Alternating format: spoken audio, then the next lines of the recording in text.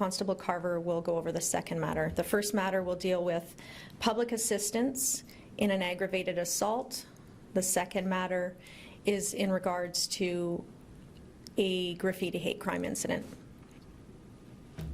On July 17th, 2021, the Major Crimes Unit arrested 4 individuals in relation to a serious assault on a 35-year-old victim in the 200 block of Salter Street. On July 16th, 2021, the day before, at approximately 2:45 a.m., the Winnipeg Police Service responded to the report of a victim being assaulted by a group of males in the area of Salter and Magnus Avenue. The investigation determined that 2 adults and 1 youth were spray painting gang insignia on a business when an unknown passerby decided to intervene. As a result, the passerby was severely assaulted by the 3 suspects. 2 additional suspects, an adult and another youth male, joined in on the assault. The group of 5 kicked and punched the victim until he was unconscious, then dragged his body to the middle of the road and continued to assault him. All 5 suspects fled on foot. Police located the unconscious victim lying in the roadway with serious injuries. He was transported to a hospital in unstable condition and sustained potentially life-altering injuries. Evan Brian Habing, 21, and Kevin Cashton Worm, 20, both of Winnipeg, were charged with aggravated assault, mischief, and firearms-related offences. They were both detained in custody. As well, 2 youths, aged 14 and 15, both of Winnipeg, were charged with aggravated assault, mischief, and firearms-related offences, and also detained in custody. There is a 5th outstanding suspect, Darren Shane Swan, 19 of Winnipeg. He has a warrant of arrest for aggravated assault and mischief under $5,000. He is currently believed to have left Winnipeg and traveled to the Lake St. Martin area of Manitoba. Anyone with information regarding the whereabouts of this individual is asked to contact Major Crimes at 204-986-6219 or Crime Stoppers at 204-786-TIPS. Okay, we'll turn it over for questions. Kevin from the Free Press. I'm wondering, let's say it appears there was the 2 adults and the 1 youth were spray painting the insignia, and then another adult and youth came in. Were the other youth and adult, were they connected to the other 3 at all, or were they passerbys that just joined in an assault that was in progress? The investigation determined that the additional 2, the other adult and the other youth, were simply in the area. They observed the ongoing assault and joined in. So they weren't connected to the same gang at all, or they didn't know the 3 people at all?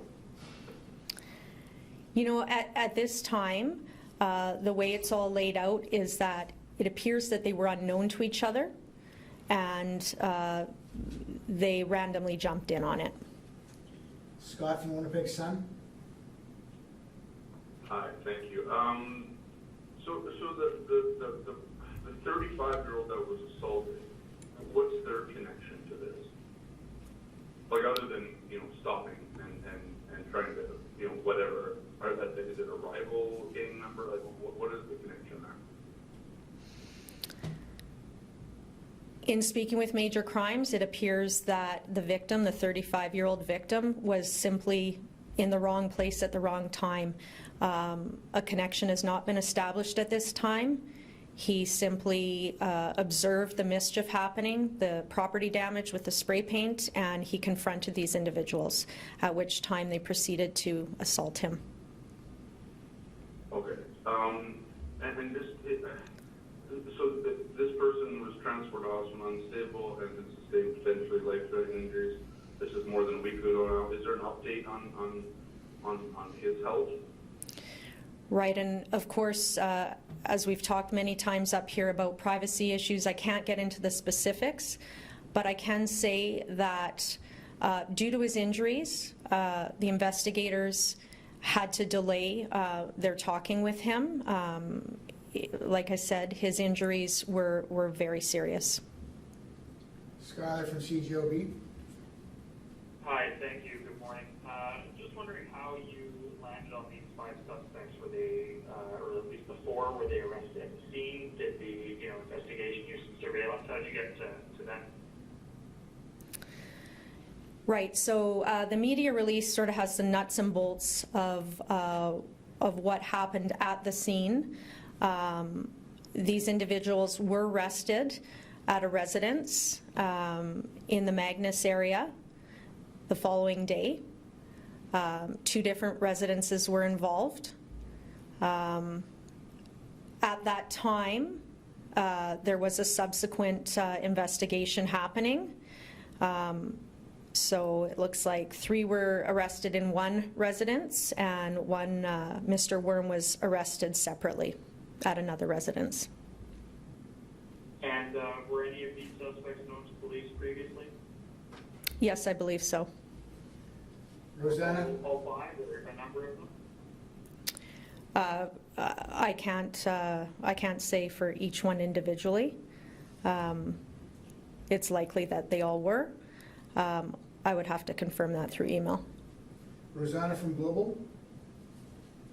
Hi, thank you. You've answered my questions already. Mike from City News. Hi, just confirming that you said that the 2 individuals that jumped in on the assault were not known to the 3 already involved in the assault?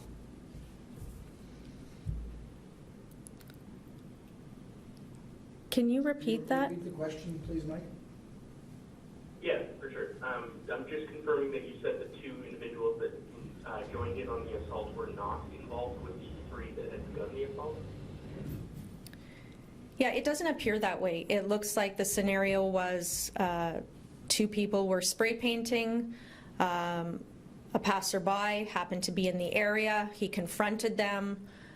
They began a severe assault, and then the other 2 individuals were in the area and observed this and just joined in on this assault. So then, how concerning is it from the police perspective that, 2 individuals could jump in on a potentially random assault like this? I think that would be a very concerning situation, certainly for the police investigating this, as well as anybody who is in the community and, hearing this kind of situation, that somebody is trying to intervene, doing apparently what they believe would be the right thing to do, and end up in this dire situation. Ian from CBC. Yes, good morning. We referenced that this passerby confronted. Was that done verbally? Did they try aggression, physical aggression? Can you elaborate on what is meant by confrontation? So unfortunately, I can't give you the specifics on that, and the reason is what I had mentioned earlier. This victim was severely injured. It had taken quite some time for the investigators to be able to conduct a full interview with the victim. There were some witnesses in the area. There was some surveillance, and that's how this investigation was successfully pieced together. I can't say whether he physically intervened or just verbally. Thank you. And I guess what do you say to, other Winnipeggers that may confront or may come across something like this in the future? Okay, so this is something that we've talked about many times here at the podium. I think I did this question and answered it just not too long ago. Intervention is it's something that humans are going to be drawn to, right? We want to do the right thing, we want to help, but we have to be safe, and if it is ideal to please contact the police when you can first, or have somebody else on standby who can intervene. There are going to be times where unfortunately you may intervene and you just are taking a risk, and unfortunately this is what happened to this 35-year-old victim. So please be safe if you are planning on doing any type of intervention first. So we'll open up for any final questions. If you have any more questions, just identify yourself and go ahead. Just a question, does firearms related offenses for, I believe, all 4 of them, were they involved in the assault? How did he get to those charges? So the firearms charge was part of a separate investigation. It's not pertinent to this aggravated assault that we're talking about. However, yes, as you can see, as those charges were laid, those individuals were also involved in a firearms incident that I can't speak to today. All right, thank you. I, Kevin Rollis of the Free Press, I can say there's privacy and everything for the victim, but is there anything more you can say? Is the person a dad? Is the person married or anything? Is there anything more you can add? You know, I don't really have any specifics on the person. I'm sorry, I can't give you that. Scott from the Sun again. You mentioned earlier how long there was a delay between how long police could actually talk to the suspect, or not the suspect, the victim. Can you say how long that delay was? Was it days? Was it hours? So it's often in these kind of investigations, especially when the nature of the assaults are so severe, investigators aren't going to be able to talk to a victim right away, whether they're involved in some type of medical situation, intervention where they're just absolutely incapable of talking, whether they're medicated, whether there's memory issues. I mean, I'm not saying all those were pertinent to this one, but that is a very general situation. So it could be days, it could be hours. I don't have the exact timeline on this one, but I know that the investigators had indicated the severity of his injuries had definitely put a delay in them reaching out and being able to successfully speak to the victim. Are there any more questions? Yeah, CBC, just respecting privacy, of course, but in terms of the victim, do they have a recollection of this event? And again, that's part of the integrity of the investigation. The investigation is still ongoing. We have one person outstanding, so there are particulars of this investigation that we can't share. The reason we're up here today is we wanted the public to know that 4 people have successfully been arrested on this aggravated assault, but also that we are seeking public assistance because one person is outstanding, believed to have left Winnipeg, possibly in the Lake St. Martin area. So if you do have any information, please contact Crime Stoppers or the Major Crimes Unit. Hi, it's Scott with CJ. One more question for you, possible, Ken. I know in the past with some releases you've described outstanding suspects as, armed and dangerous, do not approach. You didn't do that in this release here, but I'm assuming that, that same caution applies if someone was to run into this outstanding suspect. The caution would always apply. As you can see with his warrant, the charges are aggravated assault and mischief.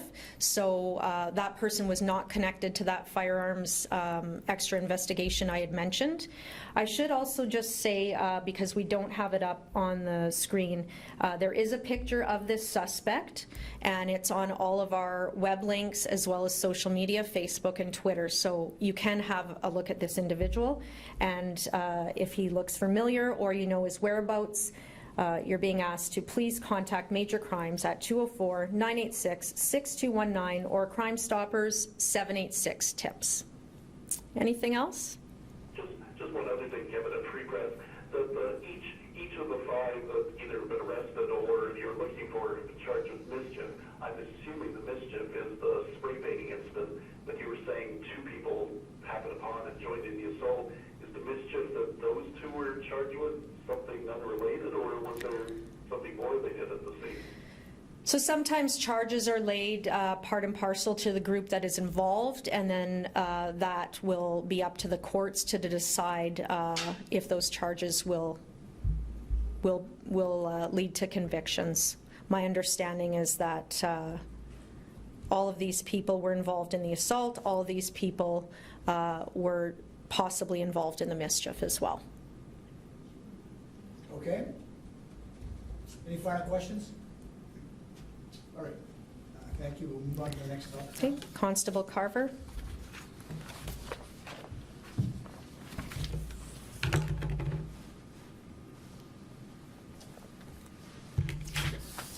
Thanks, Annie. Good morning. I'm Constable Rob Carver with the second release. This concerns a series of graffiti incidents that did get, I know the community is well aware of it.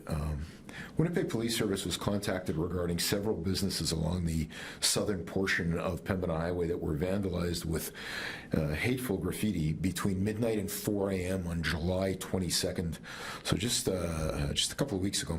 The businesses include the following.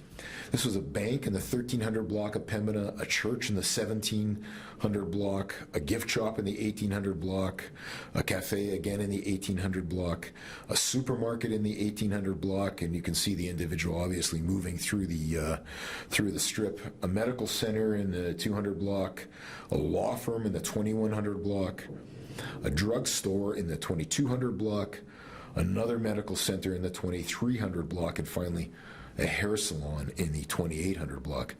There is a possibility that some businesses may have been spray painted that haven't made any complaints, and we'd certainly like to hear from them if they haven't come forward. The real concerning nature of this was that the graffiti was swastikas, consistent in all cases. The investigation has been turned over to the Major Crimes Unit, where hate crimes investigators are now seeking the public's assistance in identifying a male suspect. And we've got stills up here, as well as we do have a video that we were able to obtain. As I've said, if any other businesses were victimized, or if any other businesses realize they currently have electronic surveillance that would be useful to investigators, again, please call us. We're going to post on our YouTube page the video that we have, as well as the stills that we've pulled are going to be on not only our website but social media. The suspect appears to be in his 20s or 30s. He was wearing lime green shorts, a plaid shirt, a red and white cap, and a distinct black gym bag slung across his body. Number for major crimes is 986-6219. Certainly Crime Stoppers is an option if anyone wants to leave a tip anonymously. As I said, there were certainly a lot of comments in the community. I think everyone is attuned to how hateful and how dangerous graffiti of this type can be. If anyone knows who this individual might be or have any suspicions, please call us. I'll take questions if I can at this point. Kevin from the Free Press. Hi, Kevin. Hi. We saw photographs, etc. at the time of the graffiti in the 1800 block. That at least one of the businesses, there was a swastika spray painted there. Was that basically the same symbol that was spray painted everywhere from the bank in the 1300 block right down to the hair salon in the 2800 block? Yeah, that's correct. Variations of it were found at each location. And just the symbol. We didn't detect other. There was no verbiage that I'm aware of. Yeah, that's the only question I had. Okay. Scott from the Winnipeg Sun. Yeah, sorry.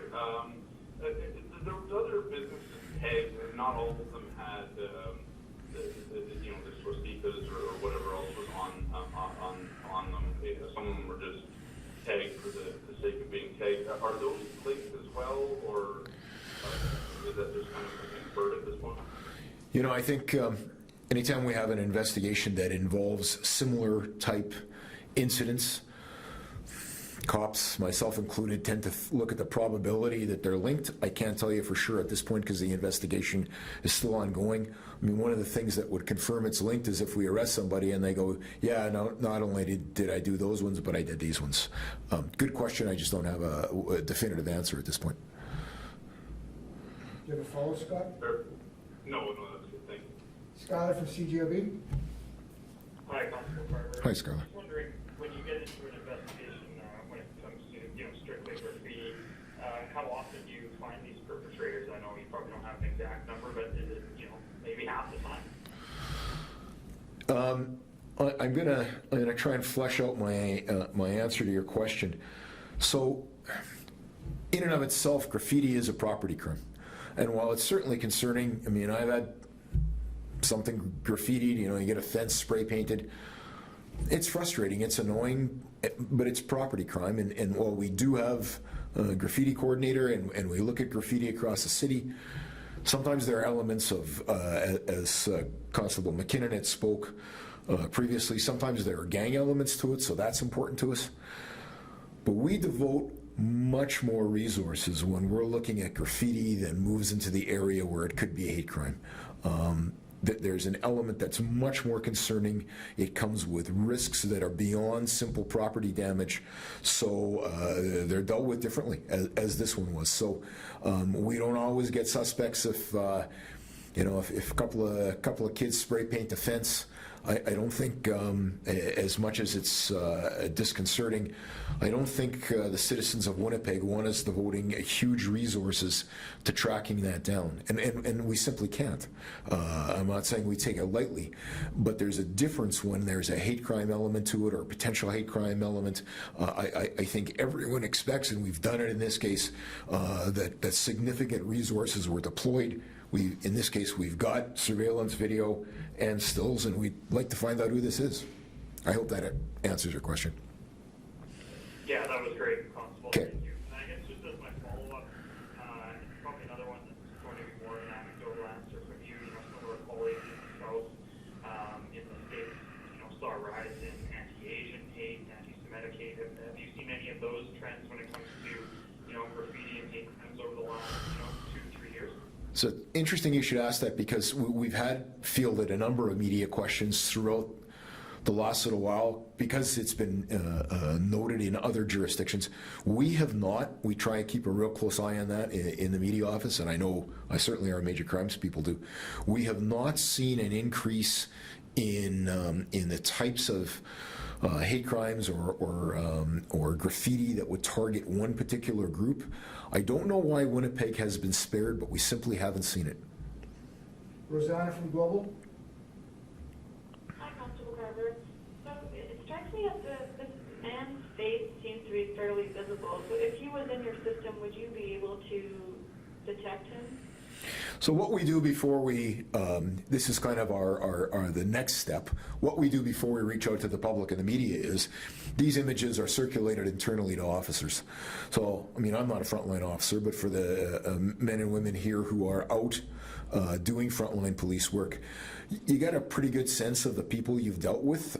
We take that as our first avenue once we have images, circulating it to officers, every officer throughout the service, and hoping that they can, somebody will see it and go, oh yeah, I arrested that guy a month ago, or that hasn't been the case here, which is why we're reaching out to the media. But that is definitely the first stage. Do you have a follow, Rosanna? Great. Yeah, thank you. So can you describe what kind of canvassing have you done in the area? Well, I can go a bit into that. One of the issues for us is we don't like to give up our investigative techniques, because if somebody's listening to this on social media, we don't want to be educating criminals. So one of the obvious things we do is we go to every single business and adjacent businesses, or even if it's not a business, let's say it was a residence. Investigators go and ask, do you have surveillance cameras? And if you do, is there a chance you would have video? If you do, would we be able to obtain it? And most people who have surveillance video want to share it with us because they're concerned in the neighborhood about the same things that the victims were here. Damage to buildings, and in this case, hateful graffiti. We're going to talk to anybody who can speak to us from the businesses, or we're looking for links between the type of graffiti that was spray painted in the businesses. I can tell you in this case that one of the issues with this is, and you can see there isn't an underlying theme that would link swastika and hateful graffiti between what really is quite a random selection of businesses. So we haven't seen a theme linking those together, but that would be something our investigators would pursue as well. Beyond that, I'm not going to get into any more details. Mike from City News? Hi, good morning, Constable Carver. Hi, Mike. I know Skylar touched on this a little bit, but my question is, the graffitis are hate symbols, and then, so I believe the gift shop, the cafe, the supermarket, and the hair salon were all Asian-owned businesses. And when I was on scene, it looked like the graffiti skipped, say, a law firm and a dentist's office, and then went to another Asian-owned business. So is this being investigated as a hate-motivated crime against any particular person, creed, or anything like that? So we haven't seen a common theme. We've got a bank, we've got a church, we've got a law firm, we've got a drugstore. So while it's easy at a superficial level to think that because there's a couple of commonalities that might cover all of the incidents, I don't believe our investigators have seen that. If there was a preponderance of evidence suggesting that was the commonality, then I wouldn't be sort of couching that we're investigating this as a potential hate crime. I think I would be saying this looks like a hate crime. At the moment, it's being investigated as a potential hate crime because it's swastikas. So I hope that answers your question there. You have a follow-up, Mike? Yep, thanks for that. So my follow-up question is, the word now seems to be prevalent in the spray paint there, and also even on the beaches on Pembina near Grant. Do we know the significance of the word now in any maybe shape or form or the group in general? So at this stage in this kind of investigation, I want to say that if investigators do have that, I'm not at liberty to give you an answer to it. So unfortunately, sometimes those are pieces of information that are critical. Sometimes they aren't, but I'm just not able to get into that. So sorry, Mike. Ian from the CBC? Yes, thanks, Constable. I think you sort of answered this at the end of one of your questions, but I just want to be clear, if you could elaborate on why the hate crime unit is investigating, because you do say we don't know for sure if it was. So what grounds have involved the hate crime unit? Oh, I think it's just, it's the fact that, so kids, even young kids, know what a swastika is, or at least they may not know all of the history behind it and the power and the danger that's entailed in that symbol, but they know what it is. So we've had throughout my career incidents where somebody has spray painted that on a building or a fence, and investigators have ended up being able to determine who did it, and not uncommonly, the individual has no idea of the significance or why they chose that particular property. It was a random act. When you've got 10 businesses along a major thoroughfare that are all tagged with a swastika, that certainly crosses a threshold where we need to look at it as someone trying to send a hate message. Whether or not it's a hate crime is still yet to be determined. But I think let me turn this on its head, which I like to do occasionally. We're trying to determine if there is an element of hate crime to this. If we weren't doing that, and I had to stand up here and say we've got 10 businesses that were tagged with swastikas, I don't think I would be comfortable as a longtime police officer and an investigator to say, no, we're just waiting to see if that's the way it falls out. We've got 10 buildings with 10 swastikas or similar type stuff, and that's certainly enough for us to get hate crimes investigators on the case and looking at it. Follow-up, Ian? Yeah, I guess it may be a bit of an anecdotal question, but can you speak to, I know you say there has been a jump in hate crimes, how often are charges of hate crimes issued by the police? So I'm not going to take the opportunity here to go through the criminal code, and we struggle in the media office here regularly trying to talk about hate crimes, because I think most people anecdotally know what feels hateful when someone does it as a crime. But in terms of our ability, in this particular case, other than a church, and again, it's church versus synagogue, the law in Canada in terms of what actually qualifies as a hate crime is quite specific, and I can tell you, while trained investigators who have special training and experience in investigating hate crimes are looking at this, I can tell you that I don't know if an actual crime that could be called a hate crime has been committed here. But it's our job as a police service, and it's certainly in this climate with trained investigators, to bring that resource and that expertise because of the nature of what this is. But the phrase hate crime is used very generally, and I can tell you that in my experience, and I am not an expert in hate crime, I am not sure if any of this would actually qualify where charges related to hate crimes from the criminal code in Canada could be laid.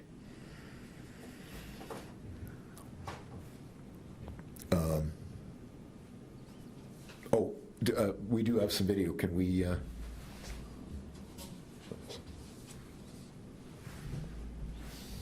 So I don't know if that's getting picked up, but we do have video of the individual spray painting various things, as well as some swastikas. And it's the same individual we know or we believe at the same businesses at 10. So if anybody, I mean, I think it's a pretty clear image. Someone out there knows who this is, and we would really like to be able to get a name to that particular person. Are there any follow-up questions? If there are, just identify yourself and go ahead.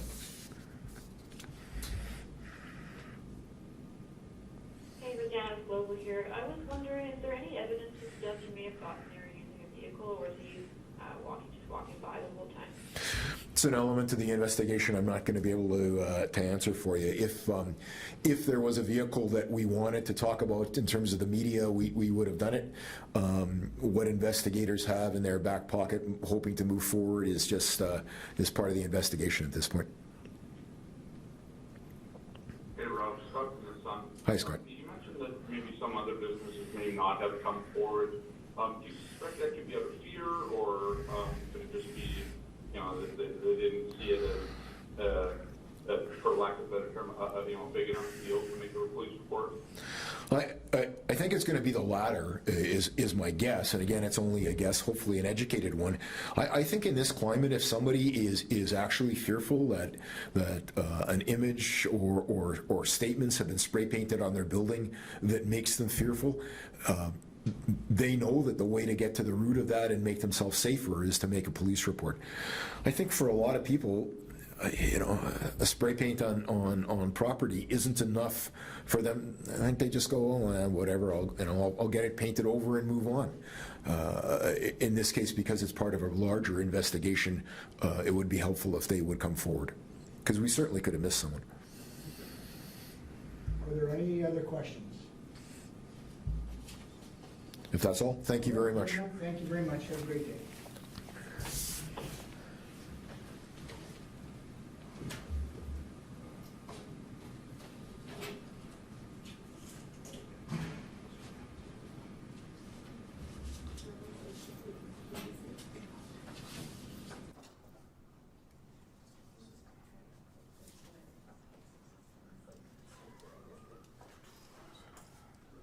See you, Jordan. See you later, Kelly.